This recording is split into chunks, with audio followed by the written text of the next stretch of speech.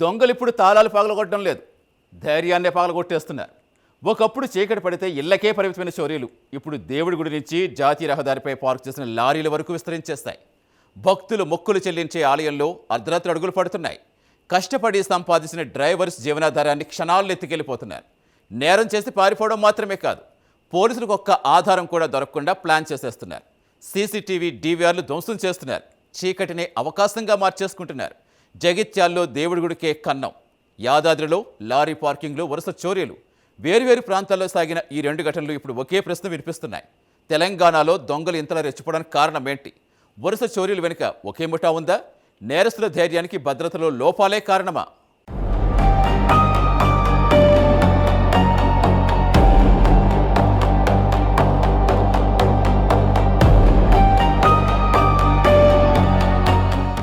జగిత్యాల జిల్లా మెట్పల్లి పట్టణం భక్తులతో నిత్యం కళకళలాడే ప్రసిద్ధ కాశీబాగ్ హనుమాన్ ఆలయం పగలంతా భక్తుల రద్దీ, పూజలు, హారతులు, నైవేద్యంతో సందడిగా ఉంది. ఆ ఆలయం అర్ధరాత్రి మాత్రం దొంగల అడుగుల శబ్దానికి సాక్షిగా మారింది.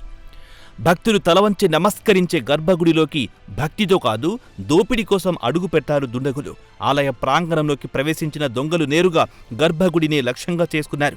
స్వామివారి వెండి కనుబొమ్మలు, వెండి నామాలు, పూజల్లో ఉపయోగించే విలువైన ఇత్తడి సామాగ్రి, చేతిలో చిక్కిన ప్రతీదీ తీసుకెళ్లారు. అక్కడితో ఆగలేదు, హుండీని కూడా తీసుకెళ్లేందుకు ప్రయత్నించారు.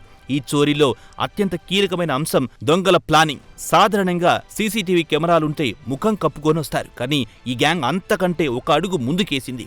చోరీ చేసిన తర్వాత ఆలయంలోని సీసీటీవీ డీవీఆర్ను పూర్తిగా ధ్వంసం చేసింది. తమ ఆనవాళ్లు ఒక్కటి కూడా మిగిలకుండా చూసుకుంది.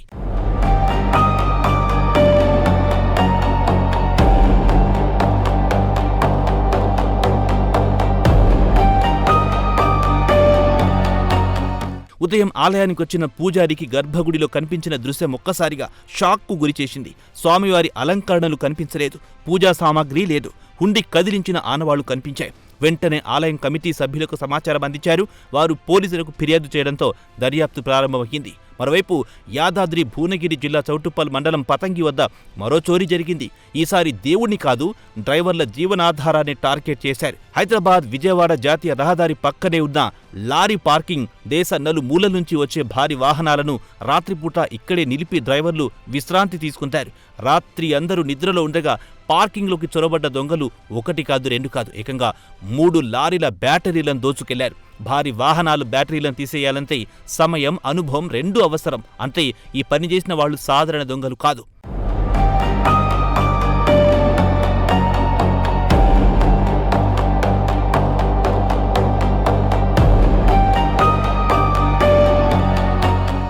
బ్యాటరీలు లేక లారీలు స్టార్ట్ కాకపోవడం, సరుకు రవాణా ఆలస్యం కావడం, యజమానులకు సమాధానం చెప్పాల్సిన పరిస్థితి, ఇవన్నీ డ్రైవర్లను మరింత ఇబ్బందుల్లోకి నెట్టాయి. ఈ ఘటనలో మరో ఆందోళనకర విషయం, ఇది మొదటిసారి కాదని డ్రైవర్లు చెబుతున్నారు. గత కొన్ని నెలలుగా ఇదే ప్రాంతంలో 3 సార్లు లారీ బ్యాటరీలు, ట్రాక్టర్ల బ్యాటరీలు చోరీకి గురయ్యాయని ఆరోపిస్తున్నారు. పలుమార్లు పోలీసులకు ఫిర్యాదు చేసినా రాత్రిపూట పెట్రోలింగ్ పెరగలేదని, దొంగలు మాత్రం అదే ధైర్యంతో మళ్లీ వస్తున్నారని వారు ఆవేదన వ్యక్తం చేస్తున్నారు.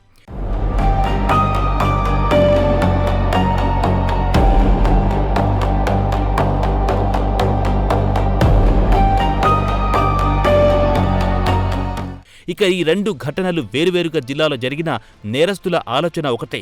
ఒకచోట భక్తి విశ్వాసాన్ని టార్గెట్ చేశారు, మరోచోట కష్టపడి బ్రతికే డ్రైవర్ల జీవనాధారాన్ని దోచుకెళ్లారు. ఒకచోట డీవీఆర్ను ధ్వంసం చేసి ఆధారాలను చెరిపేయాలని చూశారు, మరోచోట రాత్రి చీకటి నిర్మానుష్య ప్రాంతాన్ని తమకు అనుకూలంగా మార్చుకున్నారు. పోలీసుల ముందున్న సవాళ్లు కూడా పెరుగుతున్నాయి. ఆలయంలో ధ్వంసమైన డీవీఆర్ లేకుండా నీతులను గుర్తించడం ఒక సవాల్. మరోవైపు జాతీయ రహదారిపై రాత్రివేళ తిరిగిన అనుమానాస్పద వాహనాలు, వ్యక్తులను గుర్తించడం మరో సవాల్. అందుకే చుట్టుపక్కల సీసీ కెమెరాలు, సాంకేతిక ఆధారాలు, పాత నేరస్తుల కదలికలు అన్నింటినీ పరిశీలిస్తూ దర్యాప్తు కొనసాగుతోంది.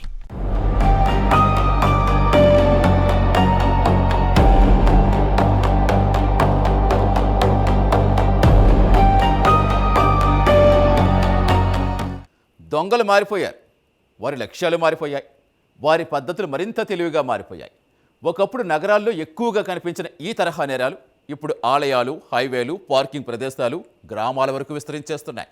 అందుకే అప్రమత్తత ఒక పోలీసులకే కాదు, ప్రతి సంస్థకు, ప్రతి ఆలయానికి, ప్రతి వాహన యజమానికి అవసరంగా మారింది. తెలంగాణలో వరుసగా వెలుగు చూస్తున్న ఈ చోరీలు ఒక విషయం స్పష్టంగా చెబుతున్నాయి. నేరస్తులు అవకాశాల కోసం ఎదురు చూడటం లేదు, అవకాశాలు సృష్టించుకుంటున్నారు. భద్రతలో చిన్న లోపాన్నే పెద్ద బలహీనతగా మార్చేసుకుంటున్నారు.